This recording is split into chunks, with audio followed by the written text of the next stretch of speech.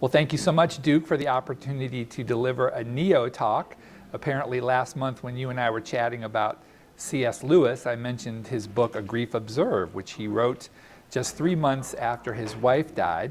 And apparently that hit a nerve for some of your viewers, particularly for those who might be struggling with grief about losing their fathers.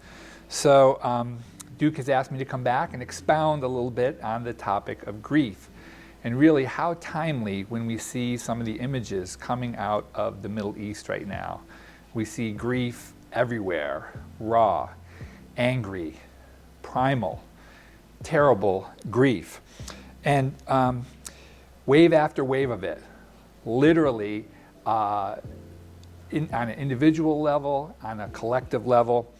And so while no one has all the answers regarding grief, I certainly don't. For instance, why is it so painful? And when will it end? I do want to share 3 realities about the topic of grief today. So the first reality is you're not alone in your grief. And second, your grief is a normal reaction to an abnormal situation, which is death. And third, as a Christian, you will grieve differently. So you're not alone in your grief. Your grief is a normal reaction to an abnormal situation. And as Christians, we grieve differently. So first, you're not alone in your grief. Now, when C.S. Lewis's wife died, just after 3 years of marriage, here's what he wrote. Lewis wrote, "No one ever told me grief felt so much like fear. Meanwhile, where is God?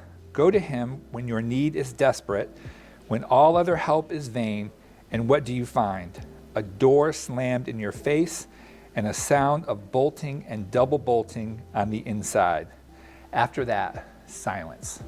Now, everyone who grieves has felt that way.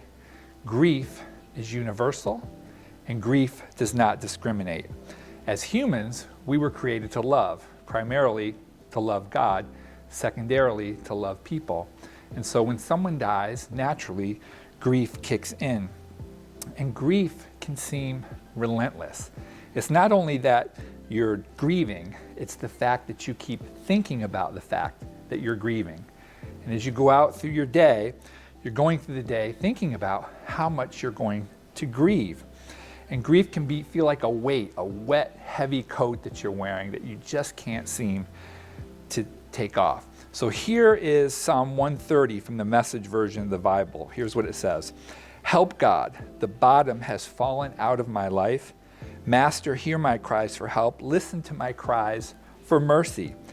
That's what it feels like to be a grieving person. That's what it sounds like to be a grieving person. But here's the silver lining. When we give a voice to our grief and we get it out, we give our grief a dignity and empowerment to our suffering. So there's no need to ever be embarrassed by grief. And there's no need to be embarrassed about locking it up, shutting it away, because grief is a lived experience for every single person. Now, we live in the social media age where people's Instagrams and Facebook pages are fraudulently plastered with people living their best lives now. And as a minister and as a priest, I can tell you that every single person that you meet, every single person is struggling with something, every single one. And a lot of their struggles have to do with grief. Grief is everywhere, and grief is an epidemic. So first, you need to know you're not alone in your grief. And second, you need to know your grief is a normal reaction to an abnormal situation, death. So for men, we've been told that if we cry, it's a sign of weakness. We're supposed to be strong and keep a stiff upper lip. Now, I had mentioned it earlier in my conversation with Duke that my own father died not that long ago, a few years ago. He had a heroic fight with cancer. He fought it for many years, and then he went into hospice where he lasted about 10 days, and we all knew what was coming. So for me, losing my dad was a double blow because my dad was my best friend, and my dad was also my dad. So in a sense, I lost 2 people. So I'm the oldest of 3, and I had to be strong for my mom. I got up in front of a packed church and eulogized my father the very best that I could. And 2 days after his funeral, I was right back at my desk at work, not having cried one time. And about 3 months after that, I was out on my deck cooking cheeseburgers, and I just broke down crying, raking sobs, crying.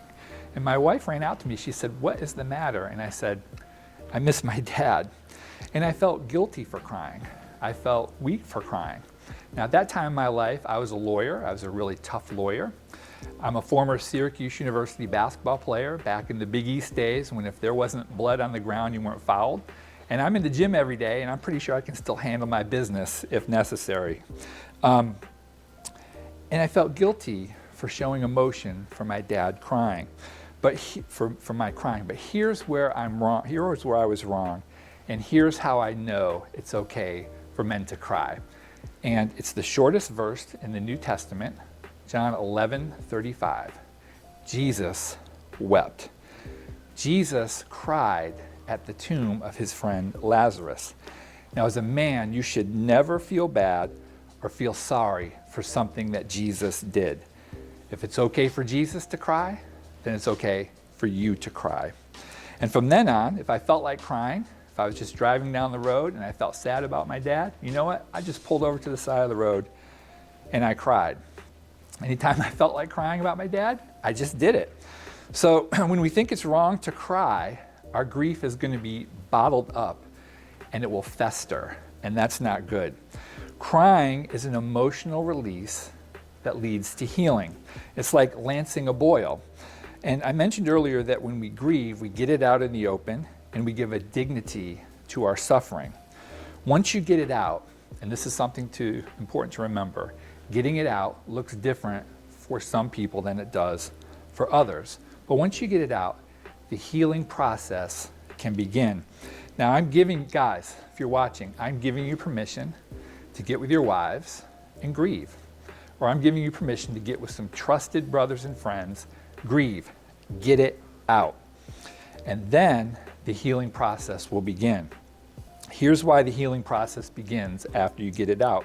Because you can't see anything properly when your eyes are blurred, when they're filled with tears. Healing will begin after you get it out, because while you're getting it all out, you're kind of like that drowning person that can't be rescued because you're too busy grabbing on to the lifeguard. And so that's why I'm stressing the importance to you of getting out your grief. Now, I'm certainly not saying that once you get it out, your grief will go away. That's not going to happen. Just like when you lance a boil, there's always going to be a scar, but over time, the intensity of your grief will dissipate, and you'll put yourself in a position for healing from your grief. Then you let the great physician, Jesus of Nazareth, does what he does best, healing. Now, I know some of you are saying, "Joe, you're saying my grief is a normal reaction to an abnormal situation, death." But death isn't abnormal, Joe. It's inevitable. Everybody dies.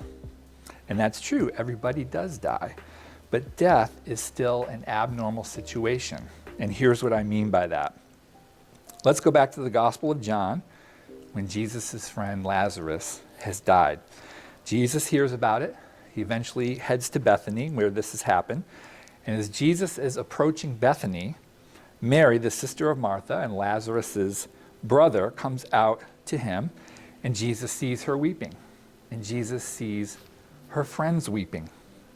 John's Gospel 11:33 tells us he was deeply moved in his spirit and deeply troubled. Now, what the Greek tells us is that Jesus was moved with indignation. He was moved with anger.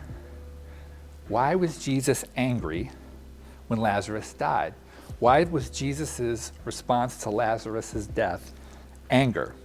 It's because death was never meant to be our natural state. Death was never something we were created to experience. At the Garden of Eden, death, through sin, came in as an intruder. Death, through sin, has blemished and marred our creation. Death, through sin, is horrible in Jesus' eyes. And looking at his friend Lazarus, He knew that the cost that would have to be paid to eradicate the eternal effects of death was his own death on the cross. That's why Jesus was angry and indignant at the abnormal condition of his dead friend Lazarus. But the great news is that Jesus has defeated death, our final enemy. Death never has the last word. Isaiah tells us that Jesus has swallowed up death forever. And in eternity, that abnormal state of death and decay that each of us have to suffer will be replaced with new bodies in eternity. Behold, he makes all things new. And our perishable bodies will be clothed with the imperishable, restoring us to an even better state than we were in Eden. So the first reality is you're not alone in your grief. The second reality is that your grief is a normal reaction to an abnormal condition. And now the third reality of grief is, as Christians, our grief is different. St. Paul writes in 1 Thessalonians 4, "But we do not want you to be uninformed, brothers, about those who are asleep, that you may not grieve as others do, who have no hope. For since we believe that Jesus died and rose again, even so, through Jesus, God will bring with him those who have fallen asleep." Now, what Paul is saying is, yes, Christians grieve. Of course we grieve, but we grieve differently. We have a salve that we can rub into our grief, and that's called the Christian hope. Now, in our world, when we think of the word hope, we have kind of this lofty expectation of the word hope. You know what? I really hope the weather is nice tomorrow. But when the Bible speaks of hope, it uses the Greek word elpizo, which means something very different. It means that we have confidence, that we can have trust. So when Christians say that they have hope, it means that they have confidence and trust that God is going to do exactly what he says he's going to do. Now, one thing about grief is there will always be people who mean well, and they'll say something like this to make you feel better. They might say, well, God needed another angel. But here's something you need to know about your father or whoever it is that you're grieving, and this is part of our Christian hope. They were never created to be an angel in heaven. None of us as human beings are destined to be angels. Your father, or that person that you are grieving, is right now greater than the angels. They are the son or daughter of the King. And they are, as Revelation says, casting their crowns down before the Lord. Your father, your mother, your child, your friend, whoever it is that you are grieving is not looking up at the angels. The angels are looking up to them. Now here's a second thing about Christian hope. Your father, your mother, your child, your friend, whoever you're grieving, knows more about Jesus right now than all the greatest pastors and theologians and their theology degrees in the world right now combined. That's because Paul tells us in 1 Corinthians 13 that here on earth we currently see in a mirror dimly, but someday we will see face to face. What that means is because we human beings are marred by our sinful condition, what we know about God, what we know about ourselves, and what we know about the world is seen dimly. We don't see right now the full picture of reality around us. But for the person that you are grieving, they see Jesus face to face. Your father, your mother, your child, whatever it is that you're grieving, they radiate the glory, the love, the presence, the weightiness of God. That's who they are right now. And because of that, and this might be hard for you to hear, even if they could, they would not come back to us on earth right now. Instead of coming back, they are waiting for you to join them in God's perfect timing. Until then, your father, your mother, your child, your friend, whatever it is that you're grieving, would not want you to be consumed with your grief. They would want you to go on and live your life. Now, one more thing about Christian hope. Those who are those who we are grieving are not alone. They have joined the mighty host of all those who have gone on before. You will see them again. And when you see them, you will know them, and they will know you. And so because as Christians we grieve differently, that means as Christians we have to live differently. And here's how we can do that. We live in a world that's heavily invested in keeping us from thinking about our own mortality.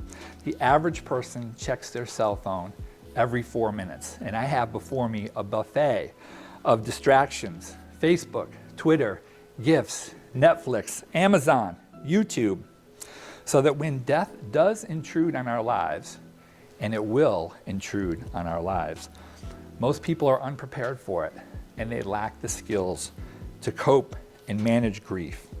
All the new apps, all the new shows, all the FOMO, our fear of missing out, are distractions that keep us from the thoughts of our inescapable mortality and finitude. We welcome anything that relieves us of the feeling of the weight of our own mortality. And that's a shame, because here's where Christians are supposed to live differently. God has put eternity in our hearts, Ecclesiastes 3:11, and that is a wonderful gift. St. Augustine said that eternity is the place that neither begins with the close of yesterday nor ends with the beginning of tomorrow. Eternity is the eternal day. God has made us to look forward to our forever with Him. So here are some of the things that I would recommend that we do every day. We should remember first our own mortality. We should remember this world is not our home. We should remember that what we do today will have a direct impact on the world to come. We should remember that our lives are being watched by God, and the only appraisal of my life that matters is His. Remember the line from that famous poem, Only One Life, that goes, "Only one life which too shall pass, only what's done for Christ will last." And finally, we should remember that there are only two destinations, heaven and hell, and that every single person that you know is going to end up in one of the two. By doing and living these things daily, we're still going to grieve death when it intrudes on our lives, but we'll know that we're not alone, and we'll know that our grief is a normal reaction to an abnormal situation. Our grief will look differently because we know that our Christian hope tells us grief has a bottom, but our heights are boundless because of our faith. It gives us an assurance of things hoped for, and evidence of things not seen, eternity with Jesus and those who have gone on before. Thank you very much, and God bless each of you.